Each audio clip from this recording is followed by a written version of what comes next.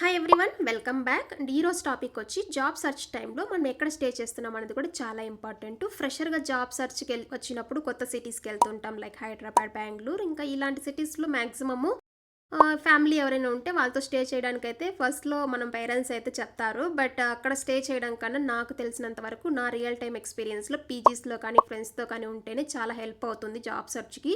జాబ్లు కూడా తొందరగా వస్తాయి, ఎందుకంటే ఫ్రెండ్స్ కూడా మనతో పాటు సెర్చ్ చేస్తూ ఉంటారు కాబట్టి వాళ్ళకు కూడా డైలీ జాబ్ అప్డేట్స్ తెలుస్తూ ఉంటాయి. వాకింగ్ డ్రైవ్స్ ఏమైనా ఉంటే చెప్తారు, ఇంటర్వ్యూ ఎక్స్పీరియన్స్ అంతా డిస్కస్ చేస్తారు, టెక్నికల్ క్వశ్చన్స్, ఇంకా రియల్ టైం నాలెడ్జ్ బాగా పెరుగుతుంది.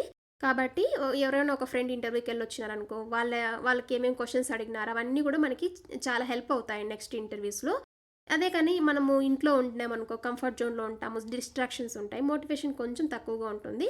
కాబట్టి మనము స్టే చేసే ఎన్విరాన్మెంట్ కూడా చాలా ఇంపార్టెంట్ కెరియర్ స్టార్టింగ్లో. కాబట్టి ఈ విధంగా పీజీస్లో లేదా ఫ్రెండ్స్ రూమ్లో ఉంటే మనకి మంచిగా అయితే హెల్ప్ అవుతుంది. మీ జాబ్ కూడా ఫాస్ట్గా అయితే వస్తుంది, మనం మంచిగా గ్రో అవ్వచ్చు కెరియర్లో. ఇక ఈ వీడియో యూస్ఫుల్ అనిపిస్తే ఒక లైక్ చేయండి, మీ ఒపీనియన్ కమెంట్లో చెప్పండి. See you in the next video.